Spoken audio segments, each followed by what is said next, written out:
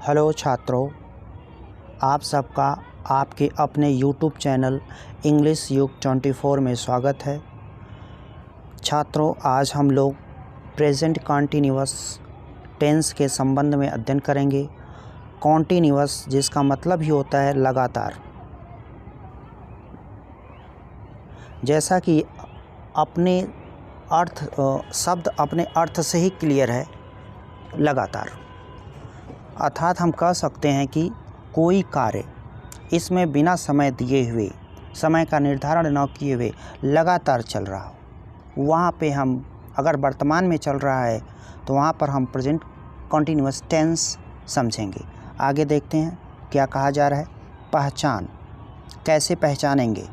पहचान इसे क्या है? वाक्य के अंत में रहा है, रही है, रहे हैं आदि शब्द आता है। इसमें अगर कोई वाक्य है तो हम पहचान लेंगे रहा है, रही है, रहे हैं सब। और देखें, इस टेंस में कार्य का जारी रहना अर्थात लगातार चलते रहना पाया जाता है। Action is going on. आगे चलते हैं हम लोग। यहाँ पे देखा जाए सहायक क्रिया लिखा गया है। सहायक क्रिया इसमें 3 यूज होती हैं। एक है इज़, दूसरा है एम, तीसरा है आर। इज हमारा सिंगुलर सब्जेक्ट के साथ, आर हमारा प्लूरल सब्जेक्ट के साथ, स्पेशली आई के लिए हम एम का प्रयोग करते हैं। अब हम लोग आगे चलते हैं। आगे देखते हैं क्या है। लिखा गया है सिंगुलर सब्जेक्ट नंबर, एक वचनकर्ता। हम सिंगुलर सब्जेक्ट नंबर या एक वचनकर्ता किसे कहेंगे ये समझ लें। उसमें कौन कौन आएगा ये समझ लें। तो एक वचनकर्ता वह है जिसमें कोई व्यक्ति अकेले कार्य कर रहा हो। जैसे देखा जाए ही, सी, इट, राम, बॉय, गर्ल, ये सभी एक वचनकर्ता हैं। ही, सी, इट, राम, बॉय और गर्ल के साथ हेल्पिंग वर्ब सहायक क्रिया इज का प्रयोग करेंगे। आपने ऊपर देखा ही कि इसमें 3 प्रकार की सहायक क्रिया यूज होंगी। 3 प्रकार की नहीं, 3। इज एक हो गई, दूसरा एम और तीसरा आर। अब देखें यहाँ पे लिखा गया आई के साथ हेल्पिंग वर्ब एम का प्रयोग। आई के साथ स्पेशली हम एम का प्रयोग करेंगे प्रेजेंट कंटिन्यूअस टेंस में, याद रखेंगे। आगे चलते हैं और देखते हैं ये सब्जेक्ट प्लूरल नंबर का हो तो, अगर हमारा सब्जेक्ट प्लूरल हो मतलब बहुवचन हो, बहुवचन करता हो, तो हम क्या करेंगे? जब हमारा कर्ता बहुवचन हो, उसमें जैसे we, you, they, boys, girls में से कोई हो या कोई दूसरा हो बहुवचन का, उसके साथ हम हेल्पिंग वर्ब अर्थात सहायक क्रिया आर का प्रयोग करेंगे। अगर हमारा सब्जेक्ट प्लूरल है जैसे we, you, they, boys, girls या दूसरा कोई, तो उसके साथ हम हेल्पिंग वर्ब या सहायक क्रिया आर का प्रयोग करेंगे। अगला देखें, आगे लिखा गया कि मेन वर्ब सभी के साथ, चाहे वो इज हो, चाहे एम हो और चाहे आर हो, सभी सहायक क्रिया के साथ के बाद हम लोग मेन वर्ब का प्रयोग करेंगे। और जो मेन वर्ब होगी वह base form of the verb या first form of the verb होगी और उसमें हम आईएनजी लगाएंगे। आगे देखते हैं आगे क्या है। अब हम लोग इसका स्ट्रक्चर समझ लें, कैसे हम कौन सा सब्जेक्ट रहेगा, कौन सा वर्ब रहेगा, कौन सा सहायक क्रिया रहेगी, उनका प्लेस कहाँ रहेगा, प्लेस समझ लें, स्ट्रक्चर समझ लें। तो पॉजिटिव सेंटेंस का स्ट्रक्चर बना है, देख लिया जाए। सबसे पहले सब्जेक्ट इज़, एम, आर, ये हमारी हेल्पिंग वर्ब है। सब्जेक्ट एक वचन है तो इज, बहुवचन है तो आर और आई के साथ हमेशा हम एम का प्रयोग करेंगे, सिंगुलर नंबर और यह प्लूरल नंबर।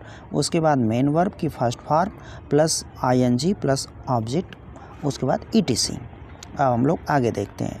अगर वाक्य हमारा नेगेटिव है तो negative, subject is, am, are में से कोई एक according to subject, not, main verb की first form plus ING plus object plus ESTC. आगे चलते हैं। अगर हमारा वाक्य इंट्रोगेटिव है, प्रश्नवाचक है, तो प्रश्नवाचक वाक्य हमारे दो तरह से होते हैं। एक होता है सिंगल इंट्रोगेटिव, एक होता है डबल इंट्रोगेटिव। सिंगल इंट्रोगेटिव उसे कहते हैं जिसमें क्या, क्यों, कैसे, कब, कहाँ से कोई वाक्य प्रारंभ हो, शुरू हो, तो उसे हम सिंगल इंट्रोगेटिव कहते हैं। और इन शब्दों का क्या, क्यों, कैसे, कब, कहाँ की अंग्रेजी हम नहीं लिखते हैं। सब्जेक्ट जो हमारा होगा, जो हमारा कर्ता होगा, उसी के अनुसार हम क्रिया इज, एम, आर में से किसी एक का प्रयोग करेंगे। अगर सब्जेक्ट हमारा एक वचन है तो इज, आई है तो एम, बहुवचन है तो आर का प्रयोग। उसके बाद जो सब्जेक्ट वो प्लस एनओटी अगर है, वाक्य हिंदी वाक्य में अगर नहीं है तो एनओटी, नहीं है तो नहीं लगाएंगे।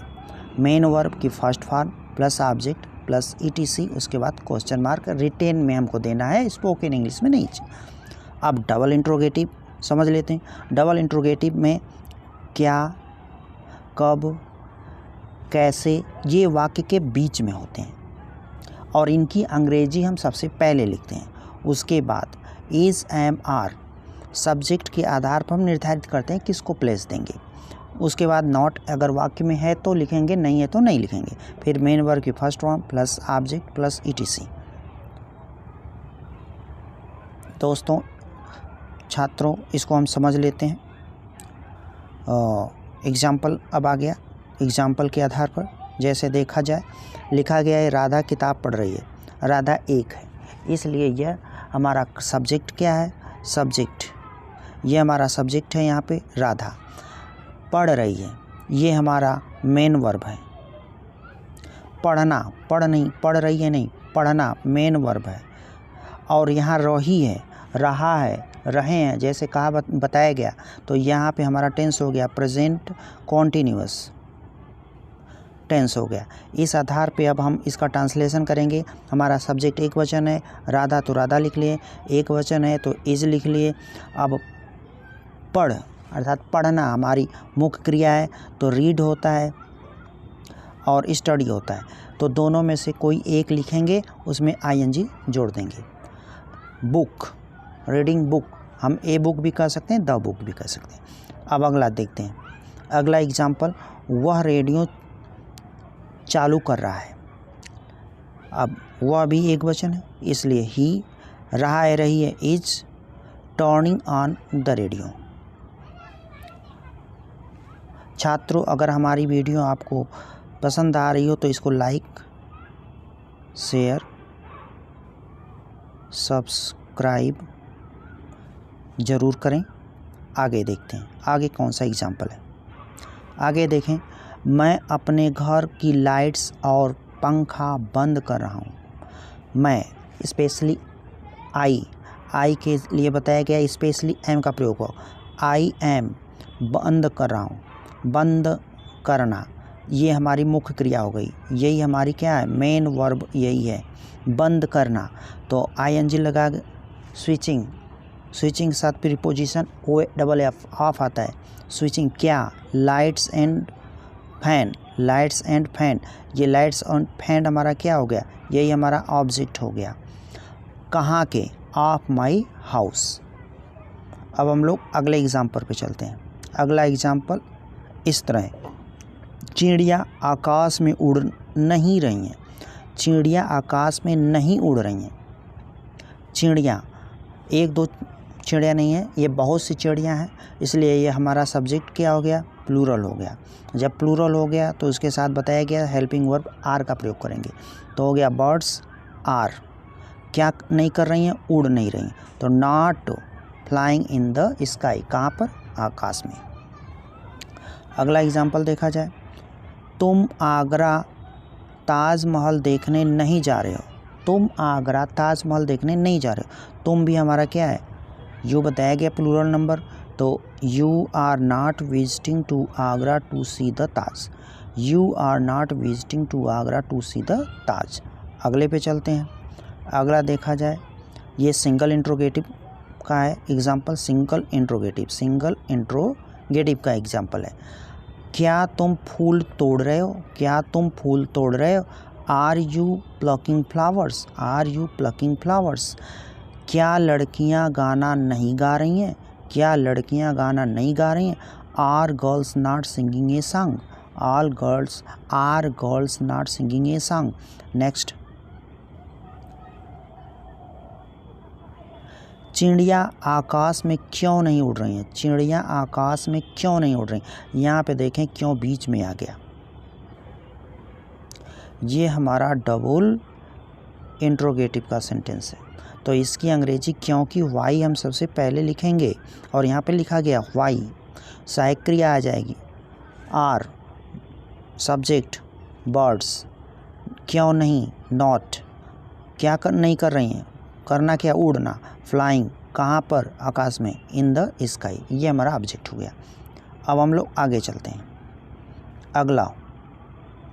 अगला आपकी स्क्रीन पे इस प्रकार है, जंगल में शेर क्यों दहाड़ रहा है, क्यों, फिर बीच में आ गया क्यों की अंग्रेजी सबसे पहले वाई, शेर एक ही है इसलिए is, lion L small letter रहेगा। क्या नहीं कर रहा है, दहाड़ रहा है, क्या कर रहा है, दहाड़ रहा है, दहाड़ना की अंग्रेजी रोर, आईएनजी लगाएंगे, रोरिंग कहाँ पर, in the forest. Next example, वह अपने शरीर पर तेल लगा रहा है, वह अपने शरीर पर तेल लगा रहा है। तो कौन लगा रहा है, सब्जेक्ट हमारा कौन है, ही, रहा है, रही है एक वचन है इज, क्या कर रहा है, तेल लगा रहा है। तो अप्लाइंग ऑयल, तेल लगाने के लिए क्या होगा, अप्लाइंग ऑयल, क्रीम लगाने के लिए क्या होगा, अप्लाइंग क्रीम, कहाँ पे लगा रहा है, ऑन हर बॉडी। मित्रों, दोस्तों, छात्रों, अगर आपको ये हमारी वीडियो मार्गदर्शन देने लायक लग रही हो, अच्छी लग रही हो, तो इसको लाइक, शेयर, सब्सक्राइब और PDF प्राप्त करने के लिए टेलीग्राम चैनल इसी नाम से आप जुड़ सकते हैं, इंग्लिश U24। Thank you.